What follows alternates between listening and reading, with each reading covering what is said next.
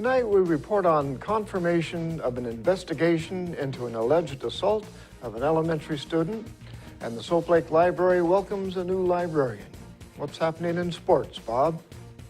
Thanks, Alan. An ex-Mariner makes the Hall of Fame shortlist, and the Cougars split games to open Pac-12 round ball action. Here's a peek at our Weather Center forecast.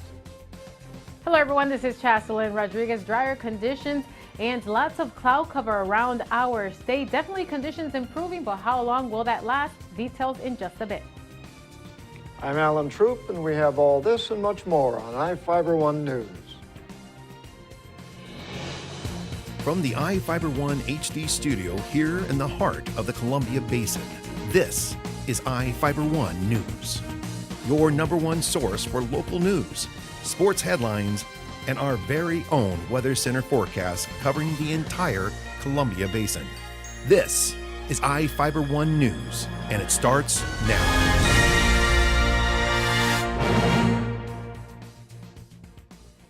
The alleged assault of an 11-year-old girl in Quincy Elementary School is under investigation. Quincy police reported they have a video of the incident, but city officials declined to release the video in a response to a public records request from I-Fiber-One News, stating the video is part of a police investigation. The girl was reportedly dragged on the floor by 4 students, run into desks, and was hit and kicked by other students on December 12th. The girl's mother, Olga Montano, accused former substitute teacher Ken Lacey of directing the children to grab the girl. Lacey reportedly told the girl to stop talking at the back of the classroom, and when he told her to move to the front of the room, the girl refused. Lacey allegedly told the other students to drag her to the front of the class. Montano said 4 students reportedly grabbed the girl and began pulling her to the front of the room. She claimed her daughter was being hit, slapped, and kicked by other students. In Ephrata, nearly 100 people joined runners across the world for the world's largest simultaneous group workout. Reporter Devin Higgins has the details. Ready, set. It's not every day you can say you're part of a world record, but that's what happened at Ephrata High School on Saturday. I just came for the world record. I came for the world record. Just want to be a part of a world record run. Nearly 100 runners of all ages joined more than 2,000 groups in 11 countries to set the world's largest simultaneous group workout in the Guinness Book of World Records. Participants had the option to walk or run the 1 mile or 3.1 mile course through Ephrata. Despite temperatures in the 20s, runners were able to brave the elements to help out. Wonderful. It was an amazing run. Yeah, I really enjoyed it. Yeah. What's your reason for being here in the first place? We like to run. Yeah, we'd like to run together. And it was a good cause, and there's not a lot of races in January. So it worked out great. We were excited to find out about it. Yeah. Event organizer Christine Kwan said aside from the world record, the run helped out nearly 2,800 children in the fight against obesity, as sponsor Vasalis donated 30 meals to children for every participant.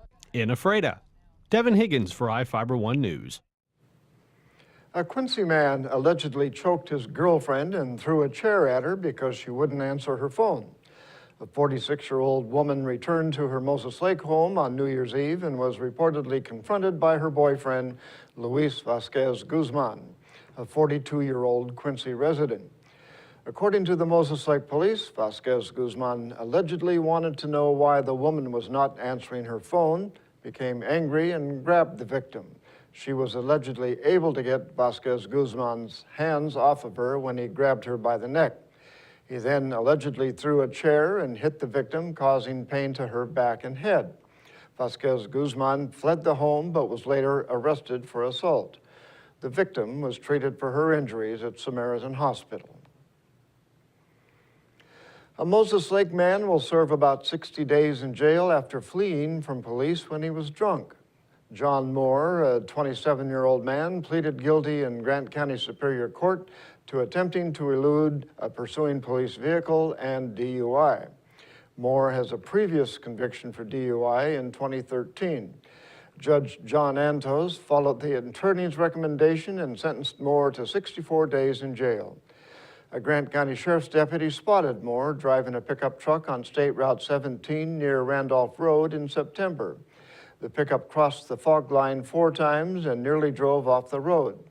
When the officer signaled Moore to stop, the man sped up and began trying to flee the officer. He ran at least 2 stop signs across a lawn, reached a speed of 88 miles per hour during the chase.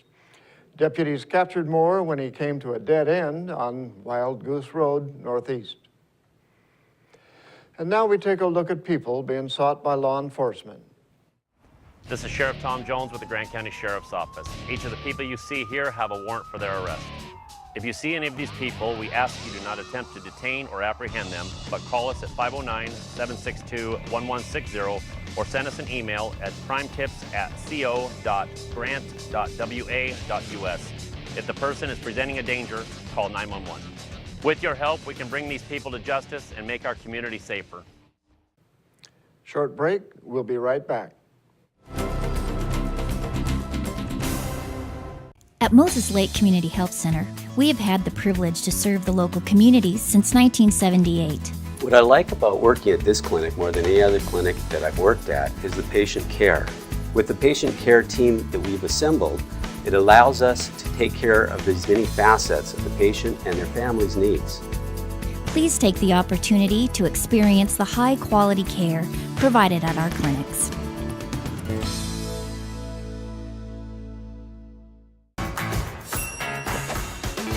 When you find out about the DQ $5 lunch, all this food for only $5, you gotta tell people about it. So I situated nice. Frosty drink next to this juicy grilled burger and fries. Get my sundae, boom. I just dropped a $5 lunchagram on all my friends. Get ready for a little $5 envy. Michael, we like your style. The $5 lunch. Entree, fries, drink, plus a sundae. Only at your DQ. This is fan food, not fast food. Hello everyone, I'm Chaselyn Rodriguez from your One News Weather Center, brought to you by your Bud Clary Toyota dealer. Toyota, let's go places. High pressure builds into the region, bringing us mild weather conditions. Patchy fog may impact visibility overnight. Stagnant air conditions may develop this week, which may impact our air quality. In the meantime, let's take a look at the almanac within the past 24 hours. Maximum temperatures remain above the average for this time of year in the lower 40s. For Ephrata, it should be in the lower 30s for this time of year. Record high of 52 degrees in 2009, and the low in the lower 30s. It should be in the lower 20s for this time of year. Sunset 4:24 p.m. And for Moses Lake, maximum temperatures also above the average for this time of year in the lower 40s. It should be in the mid 30s for this time of year. Lower 30s for the low. Sunset 4:23 p.m. And right now outside your door, our current temperatures in the upper 30s, mostly cloudy skies. Those winds coming in pretty calmly from the north, around 6 miles per hour. Lots of cloud cover, no precipitation is expected around our area. Drier conditions along with some cloud cover may be possible for Thursday evening, and another system may approach the coastal area by the weekend. In the meantime, towards the coastal area, those maximum temperatures ranging from the upper 40s to the lower 50s. Olympia 50 degrees, mostly cloudy skies. Mostly sunny skies around Yakima Valley. However, towards the inland northwest, those temperatures in the lower 30s, mostly cloudy skies. And for our Columbia Basin, those maximum temperatures ranging from the lower 30s to the upper 30s with mostly cloudy skies. Quincy 35 degrees, towards Royal City in the mid 30s. 37 for Moses Lake, and towards Bridgeport in the lower 30s, mostly cloudy skies. Let's take a look at the extended forecast for the week. Wednesday, mostly cloudy in the upper 30s, and another increase in temperatures for Thursday around 40 degrees, and then we get back to those around the average temperatures coming into Friday and the weekend in the mid 30s for our area. Should be ranging from the lower 30s to mid 30s, and there is a chance of rain Sunday night into Monday. We may get a chance of precipitation around our area due to that system pushing through from the Pacific. Maximum temperatures from Monday in the upper 30s. So we're looking at above average temperatures within the next few days, and the low as well above the normal for this time of year. Thank you all for joining us. We'll be right back with sports. You don't need me to tell you that 4 and all-wheel drive time is on its way. But maybe you didn't know your local Toyota dealers are gearing up for the season with special savings on our top-selling 4 and all-wheel drive models. From tough Tundra trucks to our best-selling CUV RAV4 or Venza, the perfect blend of all-wheel drive with safety and style. Plus many others. The bottom line is exceptional 4 or all-wheel drive savings just in time for winter. For full details on these and other savings, visit any of your Inland Empire Toyota dealers. Toyota, let's go places. Bud Clary Ford Honda is proud to be an automotive leader in our area. Since opening our doors over 54 years ago, we have kept a firm commitment to our customers. We offer a wide selection of vehicles and hope to make the car buying experience as quick and hassle-free as possible. You can trust that we will get you into the car or truck of your dreams. Bud Cleary has an experienced and reliable service and parts department that is open extra hours to help fit our customers' hectic schedules. Come for a test drive today at 1200 South Pioneer Way. We are a proud supporter of Columbia Basin Athletics. Kevin Pangos and Przemysl Karnowski scored 21 points each to lead number 7 Gonzaga to an 87-75 victory over Portland. Gary Bell Jr. finished with 12 points and Byron Wesley added 10 to help the Bulldogs win their 7th straight. Down by 21, the Pilots made it 75-70 on Alex Wintering's 2 free throws with 2 minutes left. Wintering led Portland with 20 points and Thomas Vandermars had 17 points and 8 rebounds. The Zags are back on the hardwood Thursday at home for a game with San Francisco. The Seahawks and Panthers will go at it for a second time this season. A divisional playoff game is on the line at CenturyLink Field Saturday evening. The Hawks and Panthers met in Carolina in Week 8, and it was Seattle coming away with a 13-9 win. The Seahawks finished at 12-4 and claimed the NFC West title to make it to the divisional matchup. The Panthers finished at 7-8-1 and are just the second team to qualify for the postseason with a losing record. Carolina beat Arizona 27-16 on wildcard weekend to advance. Pac-12 basketball got underway this weekend for the Dogs and Cougars. The Huskies lost a tough one at California Friday night, 81-75. The Cougs fell to Stanford 71-56. On Sunday, Washington State responded with a 69-66 upset win over Cal. Josh Hawkinson had 18 points and 13 rebounds for the Cougs. The Huskies again struggled in the Bay Area, falling to Stanford in overtime 68-60. Jason Randall led the way for the Cardinal with 24 points. The Huskies and Cougars face off against one another Saturday at Alaska Airlines Arena. Well, it's that time of the year again. The Hall of Fame ballots are out, and the big lefty is a shoo-in. Randy Johnson was on 97% of the ballots, the highest of his Hall of Fame class. The big unit numbers are beyond impressive. He finished with a career 303 wins and a 3.29 ERA. Johnson averaged 10.6 strikeouts per 9 innings, the highest rate in baseball history. Despite playing 10 seasons in Seattle, Randy will go in as a Diamondback where he won 4 Cy Youngs and a World Series. As expected, the great Mariner designated hitter Edgar Martinez didn't make the Hall of Fame cut. Gar only received 27% of the votes, but it's enough to stay on the ballot for next year. Mariner bias aside, if any true hitter deserves a spot in the Hall, it's Edgar. Quoting Randy Johnson, Edgar Martinez is hands down the best hitter I've ever seen. We'll be right back after this.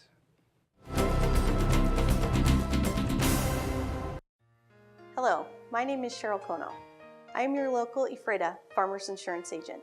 Here at Cheryl Kono Insurance Agency, our customers always come first. We don't just work here, we live here. Please stop by the office, call, email, or Facebook me for a free auto, home, life, business, or farm and ranch quote today. We are insurance. We are farmers. Come in for a free quote today. We are farmers. Bum, ba-dum, bum, bum, bum, bum. Well, one thing I knew from being a patient myself was that a dental office is a scary place to come to. And so we wanted everything possible to make sure that our office is a comfortable place for our patients to visit.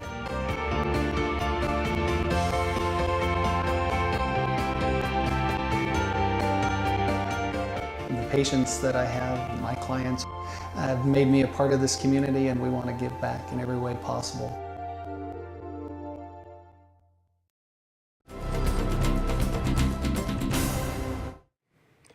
Our spotlight story tonight is about the Soap Lake Library that said goodbye to its former librarian and welcomed a newcomer. Reporter Jeff Chu has the story.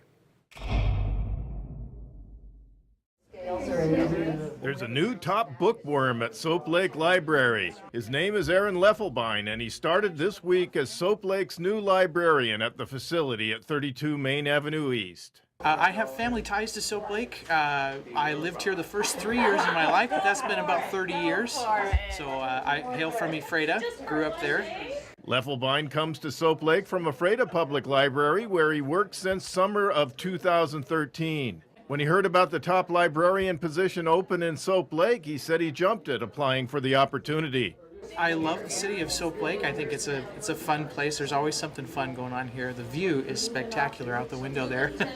And I love working for the library, so I wanted to take the opportunity to take a more of a full-time position. Soap Lake's new librarian, who is also a musician, explained what got him into library science. Being able to work with the communities and to have that exposure to all the different facets of community in Ephrata was what initially drew me. I was teaching piano lessons at the time and wanted to have some extra exposure to the community because piano lessons was in my house. So I was in my house all day. He admits he has always loved libraries. As a kid, I spent a lot of time in the library in Ephrata. Lots and lots of hours down there. I would go down when I had free time and just read books like crazy. He's a graduate of Big Bend Community College and finished up his degree at Pacific Life College in Southern California. Leffelbein and departing librarian Susie Crapson were greeted by the Friends of Soap Lake Library recently, giving one a welcome and another a farewell party. Soap Lake Library has about 100 regular book users and about 500 who hold library cards. Crapson explained why she's leaving Soap Lake to take a librarian position at Moses Lake Library. It was a very hard decision to leave Soap Lake. A lot of soul searching went into it before I said yes, because I'm hating to leave. I always have wanted to be a librarian, and this opportunity came up, and it was my dream job. When I was right out of high school, I seriously thought about going to college to get my library degree, but that was in Seattle, and I came from Warden, and I just could not picture myself living in Seattle. And so later on, this opportunity came up. Soap Lake Library is a member of the North Central Regional Library System that includes Ephrata, Moses Lake, Quincy, Warden, and Mattawa, some of 29 libraries in the region. Leffelbein said he wants to first focus on building programs for youth library users. I'm Jeff Chu for iFiber One News. We'll be right back after this.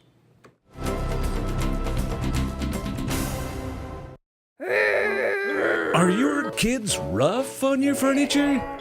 Things looking a little run down? Then come to More Furniture in Ephrata and we can help get things back in order. We have all the top name brands made with strong quality support, including Sealy Posturepedic mattresses, because whatever you do in bed, Sealy supports it. The next time your furniture is in need of some replacing, stop into More Furniture in Ephrata, locally owned and trusted for over 100 years. Attention business owners. The deadline is fast approaching to advertise in the 2015 edition of the Moses Lake Local Book. Don't be the only business left out. In print or online, it's the best way to reach your customer when they're ready to buy. Call today to place your ad by calling 877-738-9829 or by visiting us online at www.statewideyp.com. The Moses Lake Local Book Telephone Directory. Simply the best advertising.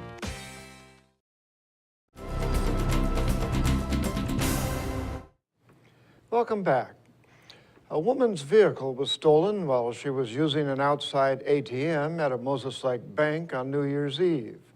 A Moses Lake woman had stepped out of her vehicle to use the ATM at Washington Trust Bank on South Ash Street when a man in his mid-20s got in and drove off. According to the Moses Lake Police, the vehicle was found a few blocks away, but the woman's cell phone and wallet had been stolen. The state found issues with how Grant County Fire District 5 built a new fire station and paid for a recognition dinner. Fire Chief Dan Smith said the issues are being resolved.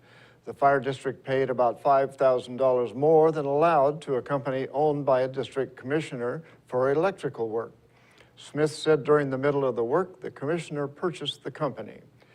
The second issue involved when the district paid nearly $300,000 for a new fire hall and $15,000 for additional expenses.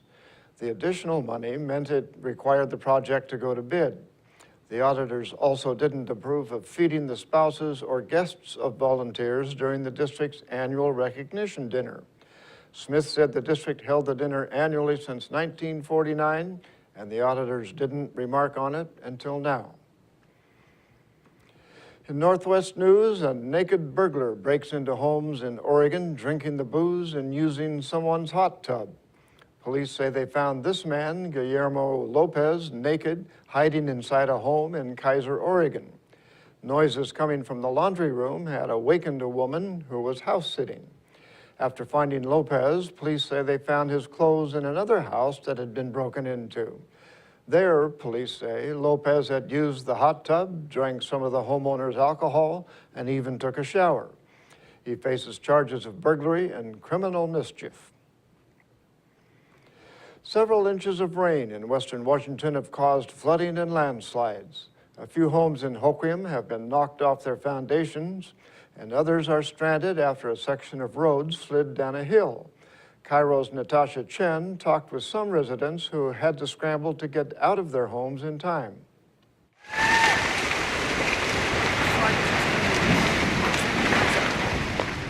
This landslide we caught on camera destroyed the fourth house on Queets Avenue today.